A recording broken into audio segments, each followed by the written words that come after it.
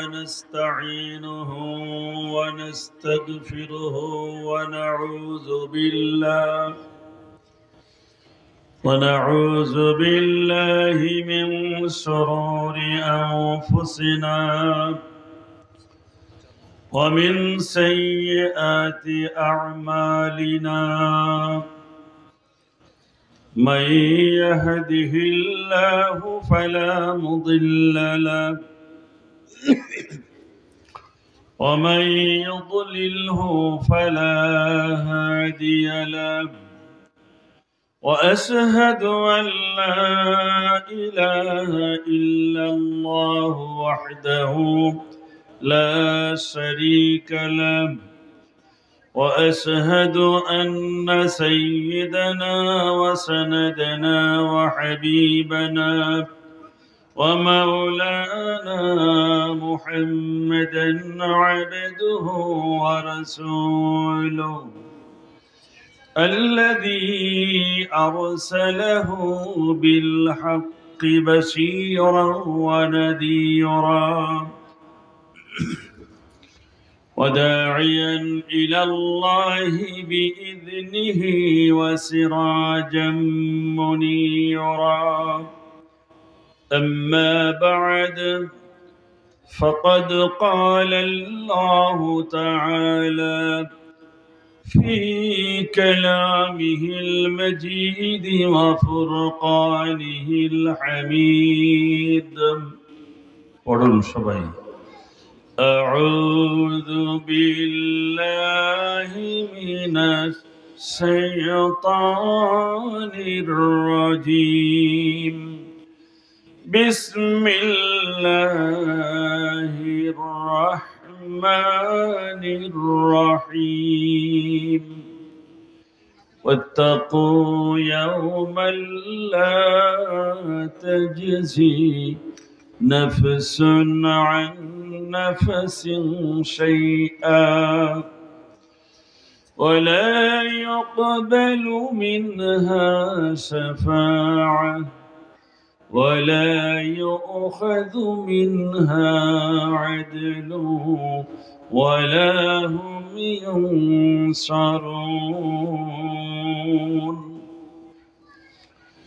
وقال النبي صلى الله عليه وسلم الدنيا مجرة الآخرة أو كما قال عليه الصلاة والسلام.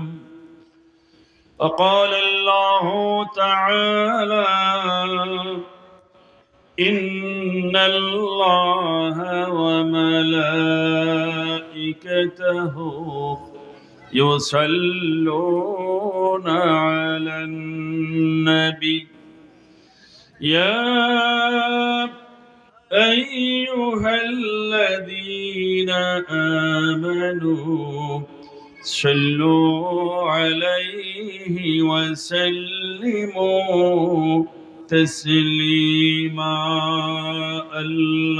اللهم صل على سيدنا مولانا محمد وعلى آل سيدنا مولانا محمد محبت سنی جوڑے شڑے پڑھیں اللهم صل على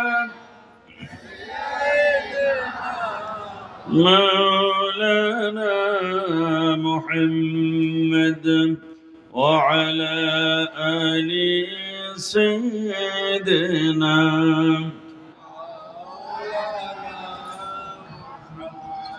دن کی سورج ڈبا رہی ہے ہم لوگوں کی سامنے روز محشر کا جواب ہے مصطفیٰ کی سامنے اللہم صل علی مولانا محمد وعلى آل سيدنا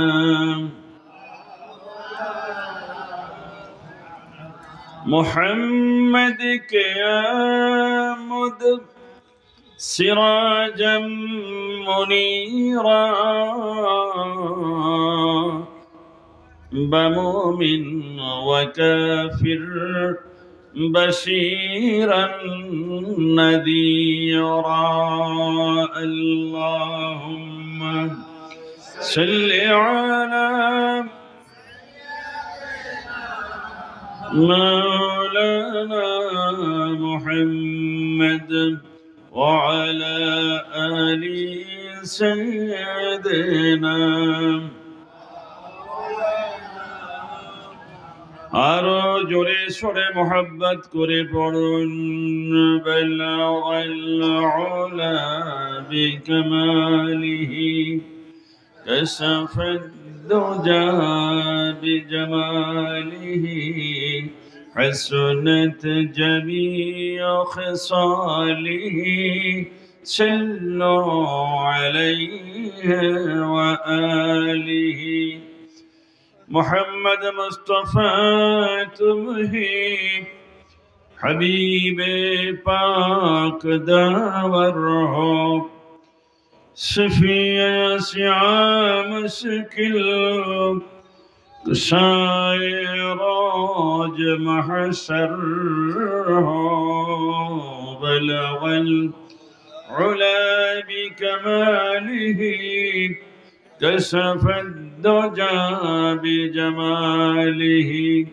حسنت جميع خصاله صلوا عليه تیری معراج تھی کہ تو لوح قلم تک پہنچا اور میرے معراج ہے کہ میں تیری قدم تک پہنچا بلغ العلا بکمالہ کشف الدجى بجمالہ حسنت جميع خصاله صلوا علیہ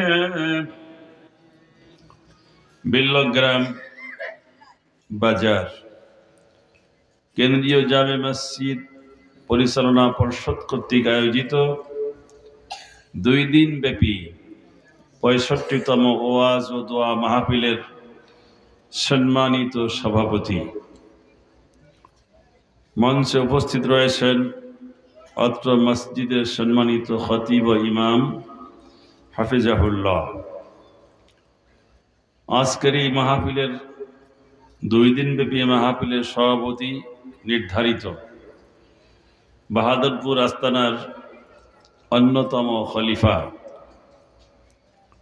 বিশিষ্ট ইসলামী চিন্তাবিদ, সুলতানুল উলামা, বাহরুল উলুম, আমাদের শ্রদ্ধা ভাজন, আমার শ্রদ্ধা বড় ভাই আলহাজ হযরত মাওলানা আব্দুল বাতেন নওমান সাহেব মদ্দাজিল্লাহুল আলিয়া দাম্মাত বারাকাতুহুম,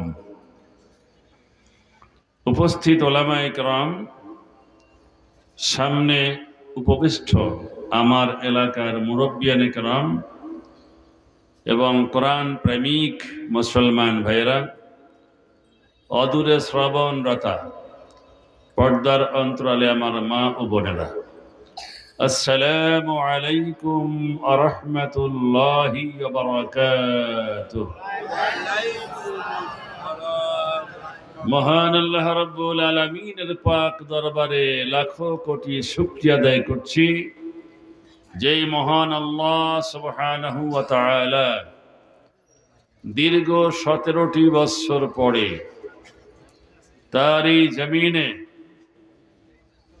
মসজিদের খতিবদেরকে বুক ফুলে খুতবা দেওয়ার পরিবেশ তৈরি করে দিয়েছেন, মুফাসসিরদেরকে কোরআনুল কারীম, যেটা আল্লাহ পাকের নাজিলকৃত কিতাব, আল্লাহর নাজিলকৃত কিতাবের আলোচনা, তারই জমিনে মুক্ত মনে মুক্ত কণ্ঠে বুক ফুলিয়ে কণ্ঠ সোচ্চার করে বলার জন্য যেই পরিবেশ মহান মনিব তৈরি করে দিয়েছেন, সেই জন্য মনিবের শুকরিয়া আদায়ের জন্য বলছি, সকলে চিৎকার দিয়ে বলি আলহামদুলিল্লাহ। আরো জোরে বলেন আলহামদুলিল্লাহ।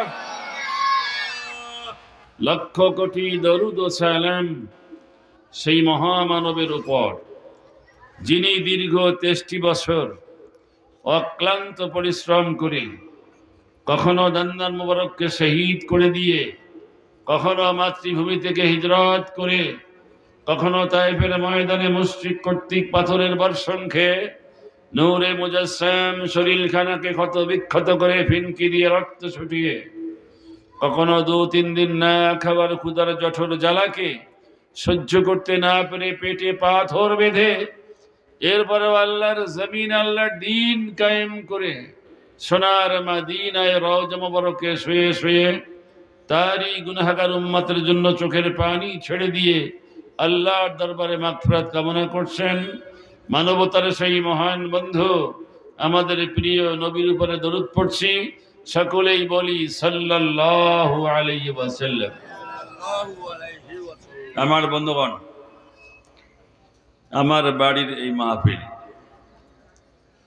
এই মসজিদের জুমার নামাজের প্রতিষ্ঠাতা আমি, আমার আব্বা। আমি মুয়াজ্জিন, শুক্রবারের প্রথম দিন কামাত আমি দিয়েছি, আমার আব্বা খুতবা দিয়েছেন। আমার বাবার বাড়ির মাদ্রাসা এই মাদ্রাসা, এটা আমাদের বাড়িতে ছিল। আব্বা যখন এখানে জুমা নামাজ শুরু করেছেন, বাড়ির থেকে মাদ্রাসা ট্রান্সফার করে এখানে নিয়ে এসেছে। ইতিহাস এখন ভুলতে চলছে মানুষ, ইতিহাস মনে থাকবে না, মনে রাখবে না, ইচ্ছায় হোক অনিচ্ছায় হোক, নিজের স্বার্থের জন্য হোক, যেভাবেই হোক ইতিহাসকে মেলান করতে হবে। এরকম পরিকল্পনাকারী বহু লোক আছে, আছে না নাই? যারা বলবে তারাও বলবে না, আর আমরা যারা অবদান রেখেছি আমরাও বলবো না, তাহলে ইতিহাস তো মিথ্যা রচনা হবে পড়ে, ঠিক কিনা বলেন? আলহামদুলিল্লাহ, আমার আব্বা একজন মুখলেস মানুষ ছিলেন, সেই জন্য মাদ্রাসাটা টিকে আছে, থাকবে। আর যেই লোকের নামকরণ পরে করা হয়েছে, পীর বাদশাহ মিয়া রহমাতুল্লাহ আলাইহি, তার নামে মাদ্রাসা, আশা করি আল্লাহর কাছে কিয়ামত পর্যন্ত এটা কায়েম থাকবে। আমার বন্ধুগণ, মনে অনেক ব্যথা ছিল যখন এই মাহফিল কমিটির সকলে আমাকে আমার বাসায় যাওয়ার জন্য, মাদ্রাসায় যাওয়ার জন্য তারা চিন্তা ভাবনা করেছে। আমি দেখলাম এতগুলো মুরব্বী আমাকে দাওয়াত দিতে আসবে, আমি যাই। আমি মসজিদে এসেছিলাম, ওনাদের মনের কথাগুলো বললেন, আমিও কিছু দুঃখ বেদনার চাপা কান্নার কিছু আওয়াজ ওনাদের শোনাইলাম।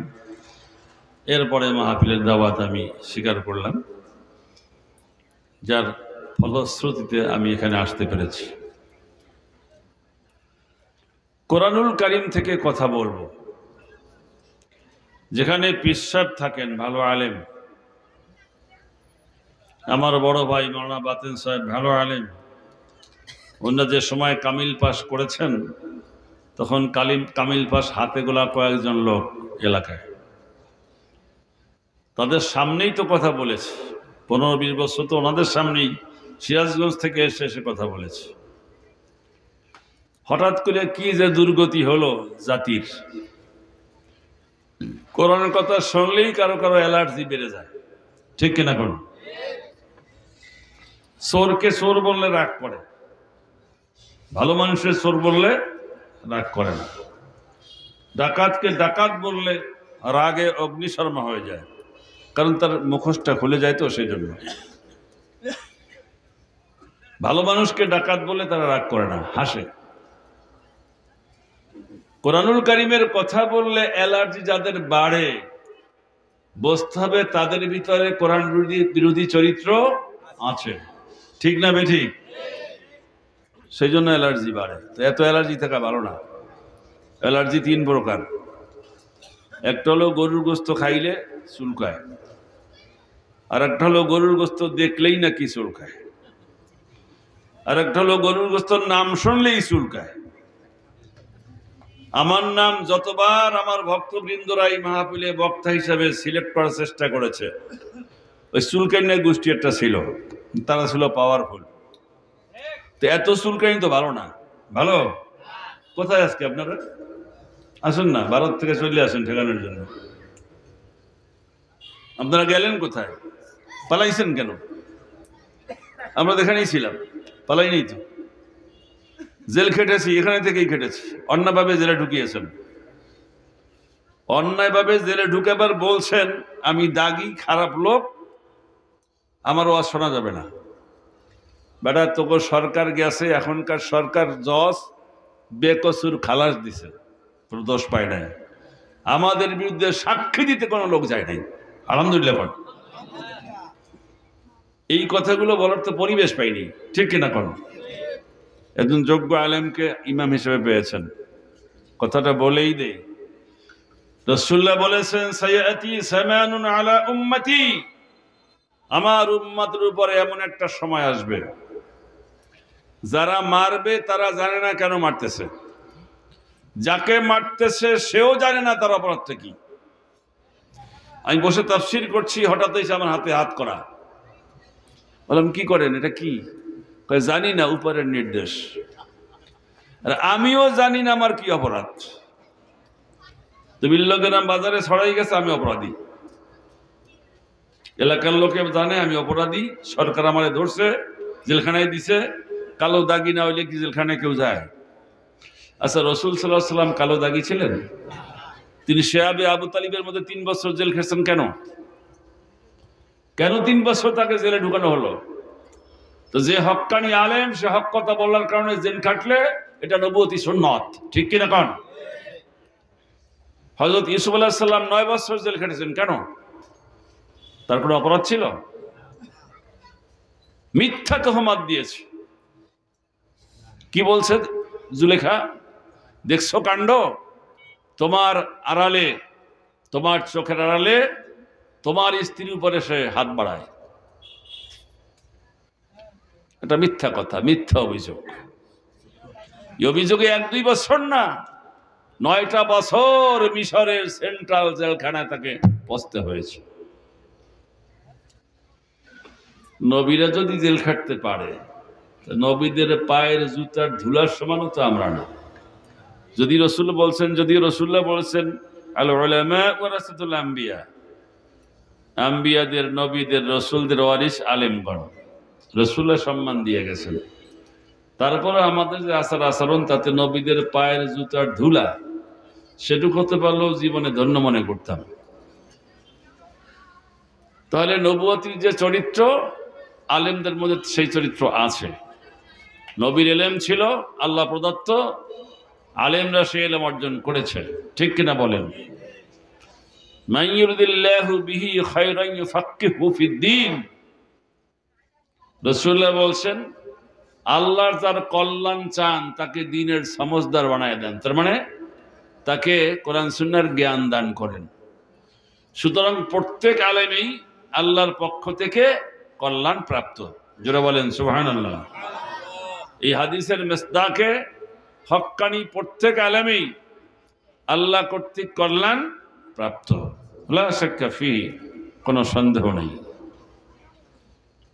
আমরা যারা পাবলিক, আমরা বলি হুজুর আমরা আলেম ঠালেম না, আলেমের সাথে ঠালেম বানাইছে না, কিন্তু আমরা আল্লাহরে ভয় করি। এই কথার কোনো দলিল নাই, এটা আপনার বানানো কথা। তো আলেমরা যে আল্লাহকে ভয় করে সেটা আল্লাহর দলিল আছে। ইন্নামা ইয়াখশাল্লাহা মিন ইবাদিহিল উলামা, আমার বান্দার মধ্যে যারা আলেম তারা আমাকে বেশি ভয় করে। সুবহানাল্লাহ।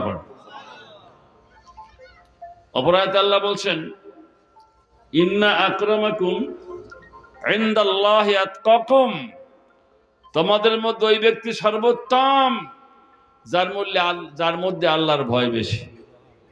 এখানে আল্লাহ বলছেন আমার আলেমরা ভয় করে বেশি, ওখানে আল্লাহ বলছেন যারা বেশি ভয় করে তারা আমার কাছে বেশি সম্মানী। আমার বানানো কথা না, কোরআনের আয়াত দিয়ে বলছে। আশা করি শেষ পর্যন্ত কোরআনের ডকুমেন্ট ছাড়া একটা কথাও আমি বলার চেষ্টা অতীতেও করি নাই, আজকেও করবো না, সামনেও করবো না ইনশাআল্লাহ।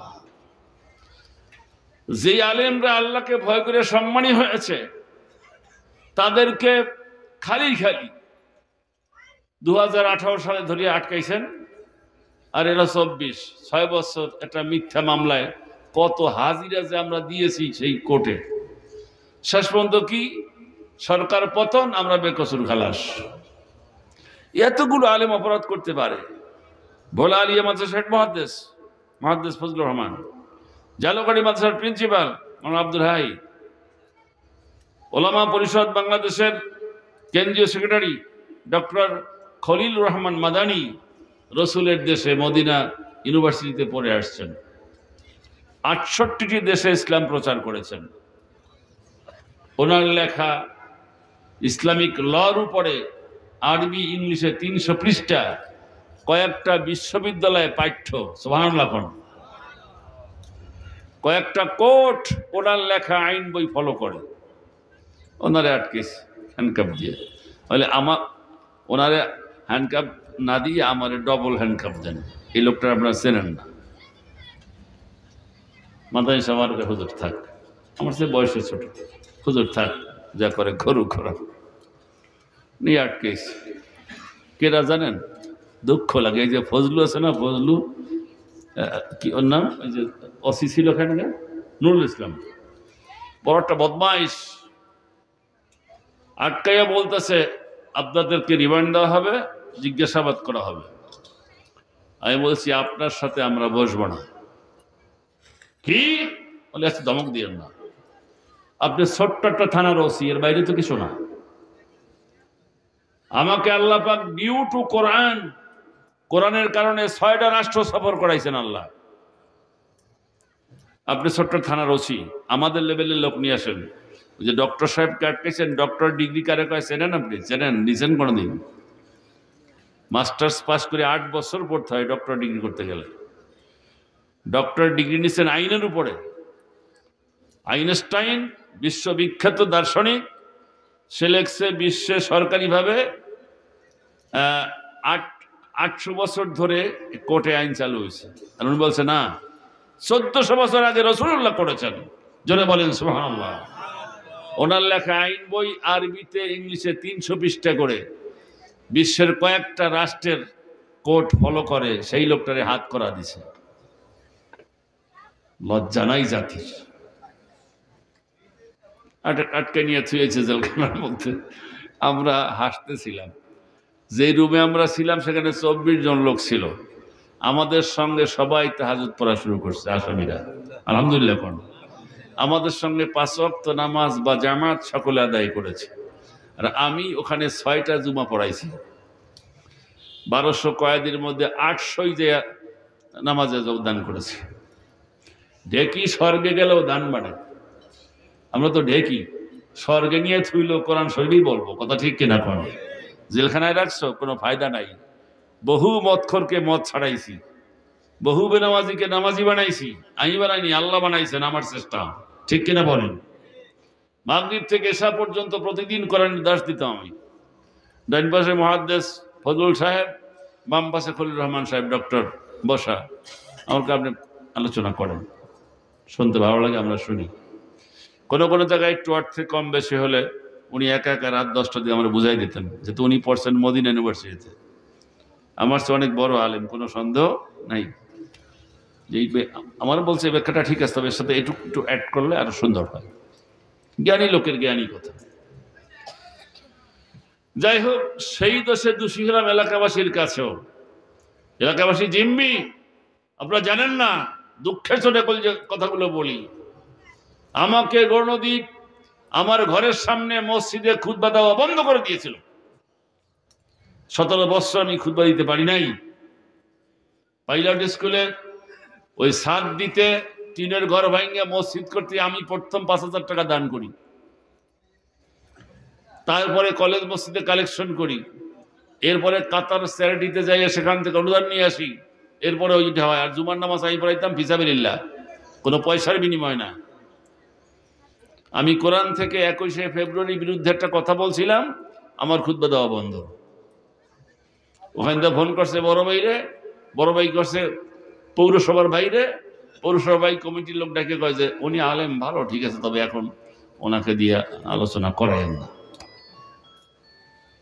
ওই মসজিদ বন্ধ, কলেজ মসজিদ বন্ধ, বাস স্ট্যান্ড মসজিদ বন্ধ, কোথাও খুতবা দিতে পারি নাই। অথচ আমার দেশ এটা, টেকনাফ থেকে তেতুলিয়া প্রত্যেকটা জেলায় সভা করতে পারছি, এখানে পারি নাই। আমার হোম ডিস্ট্রিক্ট। কোথায় আজকে আপনি পালাইছেন কেন? গেছেন কোথায়? আলম ফালং লাফালাফি কই আপনার? আপনার সেলাসামুন্ডা কোথায়?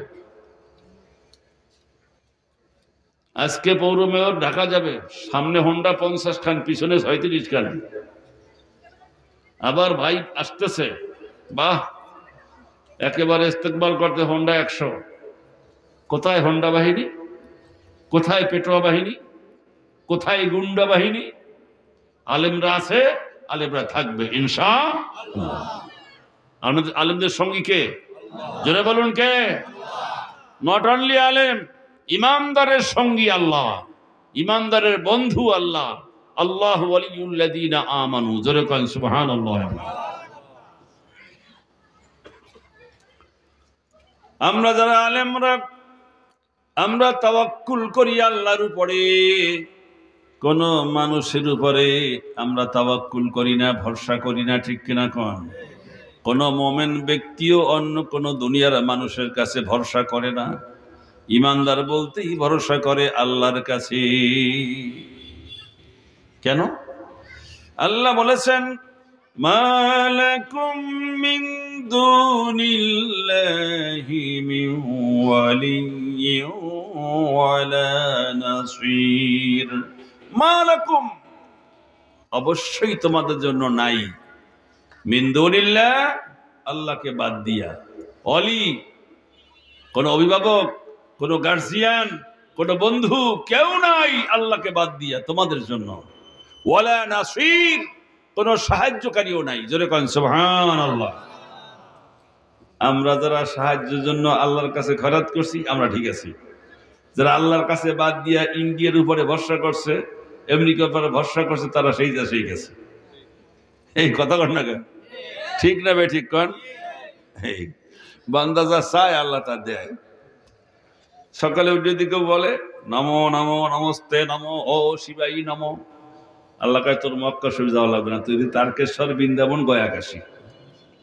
ঠিক না বে ঠিক কর? কথা বোঝেন? আবার বোঝেন? যে কোরআন বাদ দিয়া নমস্তে নমো শুরু করে, তারা আল্লাহ পাক পাঠায় কোথায়? নমস্তের দেশে, বৃন্দাবন, গয়াকাশী, এই সব জায়গায় তাদের জায়গা। যা আল্লাহ পায় তাওয়াক্কুল করে, তারা গেল যায় মক্কা মদিনায়। সুবহানাল্লাহ কোন? তারা যায় মসজিদে, তারা তাহাজ্জুদ নামাজে উঠে চোখের পানি ফেলে আল্লাহর জন্য, আল্লাহর সঙ্গে বন্ধুত্ব করার জন্য। সুবহানাল্লাহ বলে। এই কথাগুলো এখন বাদ দিলাম, মনে একটু ব্যথা বললাম, বলতে পারিনি আমি। দাবি আছে না নেই? এবারে চলুন যে আয়াত পড়েছি সেদিকে যাই। আল্লাহ বলছেন, কি বলছেন? ওয়াত্তাকু, তোমরা সকলেই ভয় করো, ইয়াউম, সেই কিয়ামতের কঠিন ময়দানকে। কে ভয় করতে বলছেন? কাকে ভয় করতে বলছেন? কিয়ামতের কঠিন ময়দানকে। কেন ভয় করবে? 4টা কারণে। কয়টা কারণ? 4টার ব্যাখ্যা আমি করব সংক্ষেপে। 1 নম্বর হলো লা তাজজি নাফসুন আন নাফসিন শাইআ। কিয়ামতের কঠিন ময়দানকে ভয় করো 4টা কারণে। 1 নম্বর হলো সেই দিন কেউ কারো যাচাই আসবে না, উপকারে আসবে না। ওয়ালা ইউকবালু মিনহা শাফাআ। 2 নম্বর হলো কারো পক্ষে কারো সুপারিশ কবুল করা হবে না। হুজুর আপনার পাগড়ি ধরছি, দেশে যাওয়ার সময় আমার থুইয়া যাইয়েন না, আরে ভাইরা, নবীরাই তো ইয়া নফসি নফসি করবে, হুজুর আপনারা নেবে কেমনে? হুজুর যাবে কিনা বেহেশতে হুজুর জানে। ইয়াউমাল কিয়ামতি ক্বালা আদমু সাফিউল্লাহ নফসি নফসি, জোরে কোন সুবহানাল্লাহ। কিয়ামতের কঠিন ময়দানে মানব জাতির পিতা আবুল বাশার, মানব জাতির পিতা আদম আলাইহিস সালাম নফসি নফসি ইয়া নফসি বলতে থাকবি। ইয়াউমাল কিয়ামতি নূহুন নবিয়ুল্লাহ নফসি নফসি, কিয়ামতের কঠিন দিনে নূহ আলাইহিস সালাম ইয়া নফসি বলবে। ইব্রাহিম খলিল ইয়া নফসি বলবে। মুসা কালিমুল্লাহ নফসি নফসি বলবে। ঈসা রূহুল্লাহ, সকল নবী ইয়া নফসি বলবে, ইল্লা ব্যতীত মুহাম্মাদুর রাসূলুল্লাহ সাল্লাল্লাহু আলাইহি ওয়াসাল্লাম। রাসূলুল্লাহ এটা করবেন না, রাসূলুল্লাহ বলবেন রব্বি হাবলি উম্মতি। উম্মতের কান্ডারি দুনিয়ায় আসার সময় মাতৃগর্ভ থেকে প্রথম তার মুখের জবান ছিল রব্বি হাবলি উম্মতি। তাইফের ময়দানে উম্মতের জন্য কান্না, উহুদের ময়দানে উম্মতের জন্য কান্না। মিরাজে গেছেন, উম্মতের কথা বলেন নাই। রাতের বেলা তাহাজ্জুদ পড়তেছেন, কোরআন তেলাওয়াত করতে করতে এই আয়াতের কাছে আসলেন, ইন তুআযিবহুম ফাইন্নাহুম ইবাদুক ওয়া ইন তাগফির লাহুম ফাইন্নাকা আনতাল গফুরুর রহিম। স্নেহের উম্মত, আদরের উম্মতের শাস্তির কথা আসছে আয়াতে, আবার মাফ করার কথাও আসছে আয়াতে।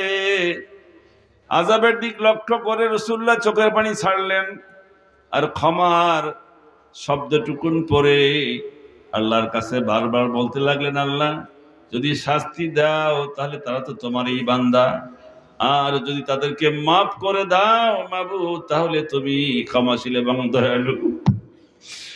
উম্মতের ক্ষমার কথা আসছে, উম্মতের কান্ডারি, উম্মতের মায়ায় রুকুর কথা ভুলে গেছেন, সিজদার কথা ভুলে গেছেন। উম্মতের জন্য একটা আয়াত তেলাওয়াত করতে করতে ফজরের নামাজের সময় হয়েছে। কিয়ামতের কঠিন ময়দানে মুসিবতের কালে জিবরাইল, মিকাইল, ইসরাফিল, আজরাইল সহ সমস্ত বড় বড় নবীরাও যখন ইয়া নফসি করবেন, তখন ব্যতিক্রম মুহাম্মদুর রাসূলুল্লাহ সাল্লাল্লাহু আলাইহি ওয়াসাল্লাম তিনি বলবেন, আল্লাহ আমার উম্মতকে মাফ করে দাও, মাফ করে দাও।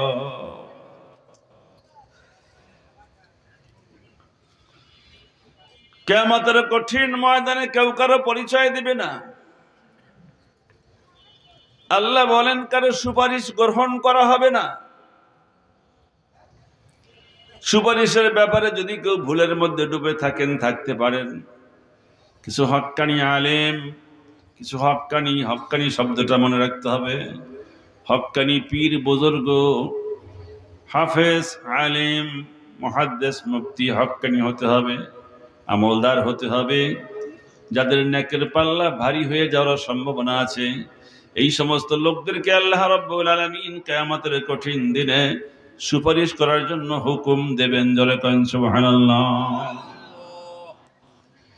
কোরআনে আল্লাহ বলছেন, লা ইয়াতাকাল্লামুনা ইল্লা মান আযিনা লাহুর রাহমান ওয়া ক্বালা সাওয়াবা।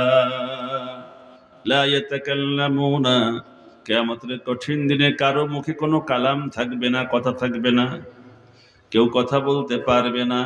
ইল্লা মান আযিনা লাহুর রহমান, রহমান যাকে ডেকে ডেকে কথা বলতে বলবেন, আল্লাহ পাক যাকে ডেকে ডেকে কথা বলতে বলবেন সেই ব্যক্তি কথা বলতে পারবে।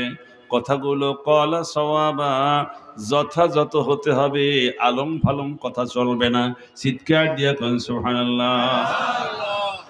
আপনি যাকে ইচ্ছা তাকে সুপারিশ করবেন, এই পারমিশন নাই।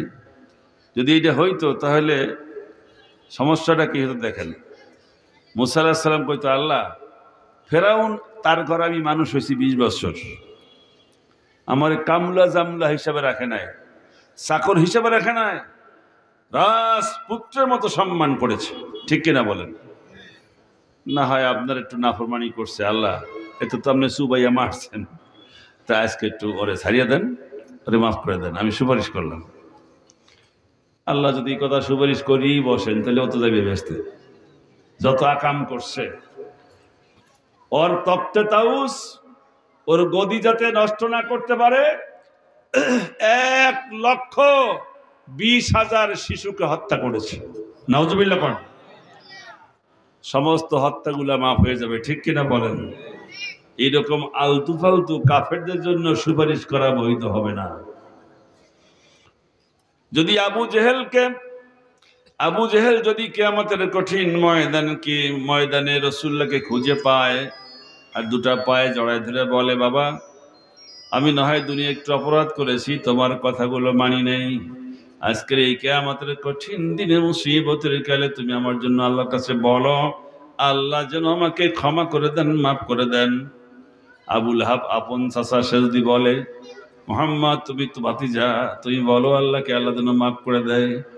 এইভাবে যদি পাইকারি দরে সব লোকের জন্য সুপারিশ করার সুযোগ থাকে, তাহলে একটা কাফের মুশরিক মুনাফিকও জাহান্নামে যাবে না, ঠিক কিনা কোন? আল্লাহ কয় না না, ও ক্বালা সাওয়াবা, সুপারিশ হতে হবে যথাযথ। কোন কাফেরের পক্ষে সুপারিশ মঞ্জুর হবে না, কোন মুশরিকের পক্ষে সুপারিশ করা যাবে না।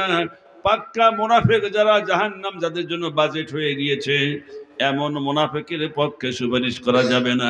চিৎকার দিয়া কন নাউজুবিল্লাহ।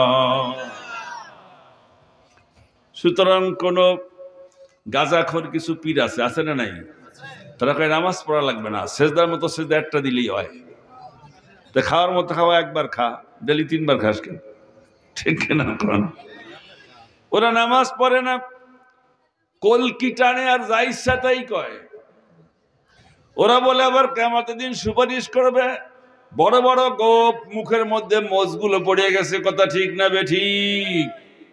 এরা কয় আমরা গোসাই, আমাদের দলে আসো, কলকি টানো, গাঁজা খাও, কিয়ামতের দিন একসঙ্গে আমরা তোমাদের সাথে নিয়ে জান্নাতে চলে যাব। আসলে তা না, ব্যাখ্যা হবে উল্টাটা, আমরা দুজকে যাব, তোদেরকে ছাড়িয়ে যাব কেন, তোরাও যাবি, ঠিক কিনা কোন? এই জন্য আল্লাহ বলেছেন, মাযাল্লাযী ইয়াশফাউ ইনদাহু ইল্লা বিইযনি, কার এমন ক্ষমতা আছে আল্লাহ পাকের বিনা অনুমতিতে আল্লাহর কাছে কারোর জন্য সুপারিশ করবে? কার ক্ষমতা আছে এটা? আল্লাহ প্রশ্ন করছে।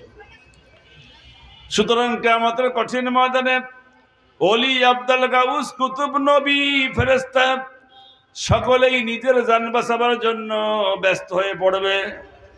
শুধু ব্যতিক্রম উম্মতের কান্ডারি মুহাম্মদুর রাসূলুল্লাহ সাল্লাল্লাহু আলাইহি ওয়াসাল্লাম, তিনি উম্মতের জন্য সুপারিশ করবেন, প্রথম সুপারিশ করার সুযোগ তিনি পাবেন।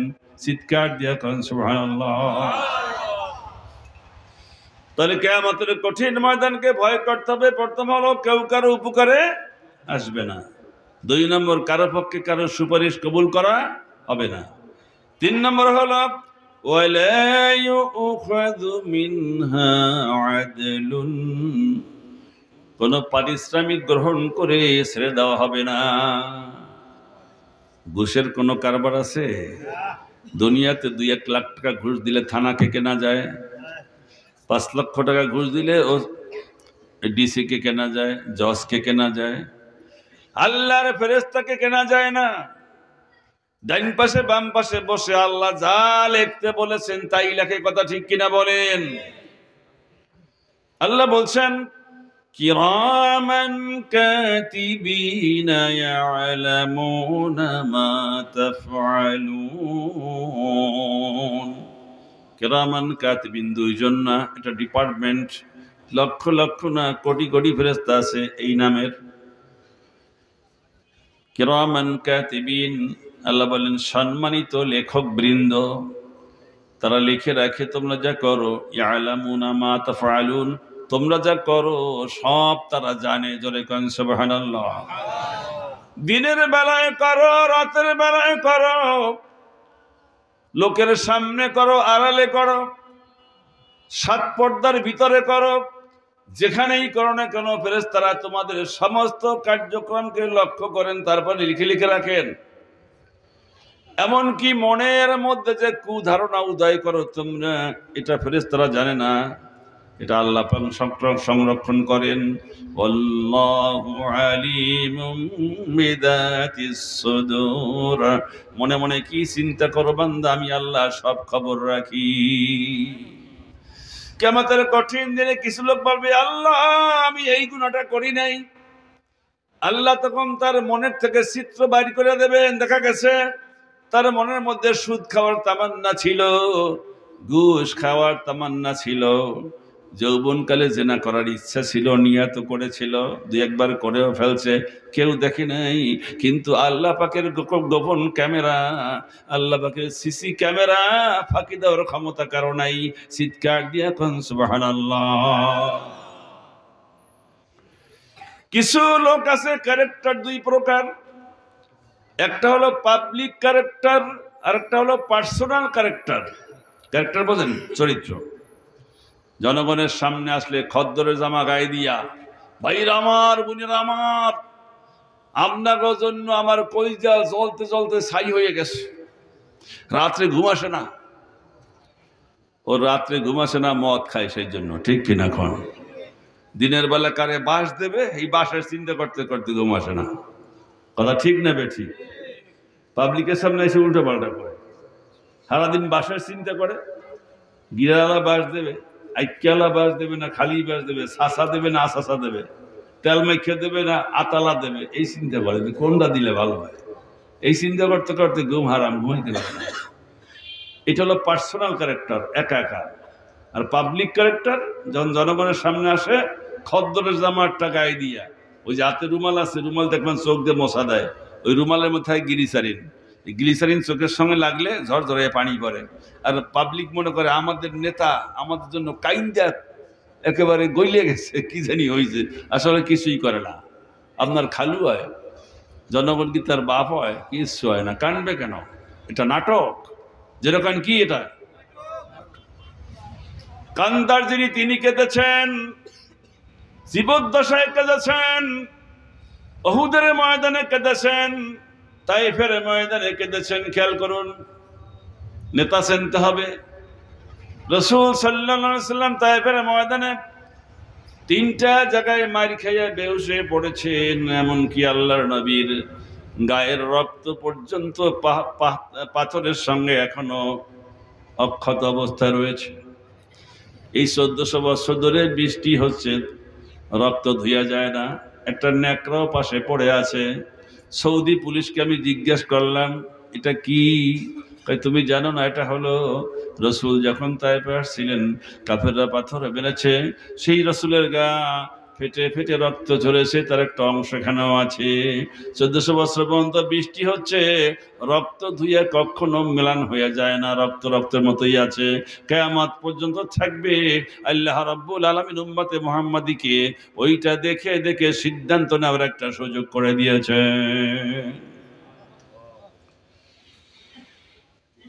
জিবরাইল আমিন আসছে, ইয়া রাসূলুল্লাহ, এই তায়েফের কাফেররা পাথর মেরেছে, ওদেরকে শাস্তি দেওয়ার জন্য আল্লাহ পাক আমাকে পাঠাইছে, আপনি হুকুম দেন। যদি আপনি হুকুম দান করেন, তায়েফের দুই দিক দিয়ে পাথর উঠাইয়া, পাহাড় উঠাইয়া এমন জোরে চাপ দেব, গোটা তায়েফবাসী ধ্বংস হয়ে যাবে। একথা শোনার পরে প্রথম কাঁদছিলেন গায়ের ব্যথায়, যখন শুনলেন উম্মতকে ধ্বংস করে দেওয়া হবে, উম্মতের কান্নারি আর সহ্য করতে পারলেন না। দুইটা রাওয়াত আসছে, একটা রাওয়াত হলো সিজদায় পড়ে গেলেন, আর একটা রাওয়াত হলো দুপুরে হাত তুললেন, হাত তুলে বলতে লাগলেন আল্লাহুম্মা গফির লিকাওমি ফাইন্নাহুম লা ইয়ালামুন। আল্লাহ আমার কমকে মাফ করে দাও, ওরা জানে না যে আমি নবী। যদি জানতো আল্লাহ, তাহলে আমাকে পাথর মারতো না, আমাকে রক্তাক্ত করতো না। যদি ওদেরকে মেরে ফেলো মাবুদ, আমি দাওয়াত দেব কার কাছে? কলেমা গ্রহণ কে করবে? অপর রাতে আসছে, রাসূলুল্লাহ বলেছেন আল্লাহুম্মা হদি লিকাওমি ফাইন্নাহুম লা ইয়ালামুন। আল্লাহ আমার উম্মতকে হেদায়েত দান করো, ওরা জানে না যে আমি নবী। যদি জানতো আমার সঙ্গে বেয়াদবি করতো না। আমি মাফ করে দিলাম, তুমি তাদেরকে মাফ করে দাও, তাদেরকে হেদায়েত দান করো। চিৎকার দিয়া কোন সুবহানাল্লাহ। উহুদের ময়দানে দোয়া করতেছিলেন, দাঁত ভেঙে গেছে, রক্ত সব পড়ছে, আহারে রক্তাক্ত হয়ে গেছেন, গর্তের মধ্যে পড়ে গেছেন। অনেক সময় বেহুশ ছিলেন। হুশ ফিরে আসার পরে প্রথমেই বললেন মাবুদ, আমার উম্মতকে হেফাজত করো আল্লাহ। এই গুটি কয়েক উম্মত যদি মক্কার কুরাইশকে আজকে ধ্বংস করে দিয়ে যায়, তোমার রাস্তায় দাওয়াত দিলে লোকেরা ভয়তে দাওয়াত গ্রহণ করবে না, তাদেরকে হেফাজত করো। মাত্র ৭২ জন সাহাবী শাহাদাত বরণ করেছিলেন, বাকি ৭০০-র মধ্যে সকলেই জীবিত ছিলেন। যদিও ইনজুরি হয়েছেন কিন্তু জীবিত ছিলেন। চিৎকার দিয়া কোন সুবহানাল্লাহ। আমাদের প্রিয় নবীর দুইটা দাঁত ভেঙে গিয়েছে, নিজের দাঁতের দিকে খবর নাই, পাথর খাইতে খাইতে সমস্ত শরীর ক্ষত বিক্ষত হয়েছে, এদিকে খবর নাই। উম্মতেরা কি অবস্থায় ময়দানে রয়েছে, কার গায়ে কত আঘাত লেগেছে, এই চিন্তা করে করে নবী চোখের পানি ছেড়ে দিয়ে আল্লাহর দরবারে দোয়া করেছে। কেমনে ভুলি এই নবীকে? নবীর সুন্নাত কেমনে আমরা ছেড়ে দেই? একটু কি লজ্জা লাগে না? যান এবার 3 নম্বরে, 4 নম্বরে, ওয়ালা হুম ইউনসারুন। কিয়ামতের কঠিন দিনে কেউ কারো সাহায্য করতে পারবে না। প্রথম 1 নম্বর, কেউ কারো উপকারে আসবে না। 2 নম্বর, কেউ কারো সুপারিশ মঞ্জুর করা হবে না। 3 নম্বর, কারো কোনো পারিশ্রমিক গ্রহণ করা হবে না। ঘুষ খাওয়ার কোনো ব্যাপার নাই, টাকা দিলেই ছাড়িয়ে দেওয়া এরকম না। ওয়ালা হুম ইউনসারুন, কেউ কাউকে সাহায্য করতে পারবে না। এই 4টা কারণে আল্লাহ পাক কিয়ামতের কঠিন ময়দানকে ভয় করতে বলেছেন। অপর জায়গায় আল্লাহ বলেছেন ইয়াওমা ইয়াফিরুল মারউ মিন আখিহি ওয়া উম্মিহি ওয়া আবিহি ওয়া সাহিবাতিহি ওয়া বানিহি। আল্লাহ বলেন কি উপায় হবে সেদিন, যেদিন গর্ভধারিণী মা সন্তানকে দূর থেকে দেখে পালিয়ে যাবে। সামনে আসবে, পরিচয় দেবে না, দেখা হবে, কথা বলবে না, এরকম না। দূর থেকে দেখলে পালিয়ে যাবে, চিনতে পারবো এটা আমার সন্তান। দূর থেকে দেখলে পালিয়ে যাবে। আবিহি, ঔরসের পিতা, পিতা সন্তানকে দেখে পালিয়ে যাবে। বোন ভাইকে দেখে পালিয়ে যাবে। ও বানিহি, সন্তান সন্ততি পিতা মাতাকে দূর থেকে দেখে পালিয়ে যাবে। ও সাহিবাতিহি, বন্ধু বান্ধব আত্মীয় স্বজন স্ত্রী সকলেই পালিয়ে যাবে। আল্লাহ বলেন কি উপায় হবে সেই দিন? পালিয়ে যাওয়ার কারণটা কি? পালিয়ে যাওয়ার কারণ হলো সেই দিন একটা নেক আমলের মূল্য 7 আসমান জমিনের চাইতে বেশি মূল্য হবে একটা নেক আমলের। যদি সাক্ষাৎ হয়, কথা বলি, একটা নেক যদি চাইয়া বসে, তাহলে সমস্যা হতে পারে। সেই জন্য একটা নেক আবার দেওয়া লাগবে কিনা এই ভয়তে দূর থেকে দেখে পালিয়ে যাবে। সকলেই তো পালিয়ে যাবে। একজন লোক হাসরের ময়দানে ঘুরতে থাকবেন আর দেখতে থাকবেন উম্মতের অবস্থা কি।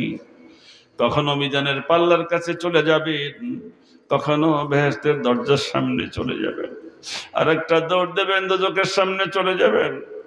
কখনো আরশ জমির দিকে তাকাইয়ে বলবেন, আল্লাহ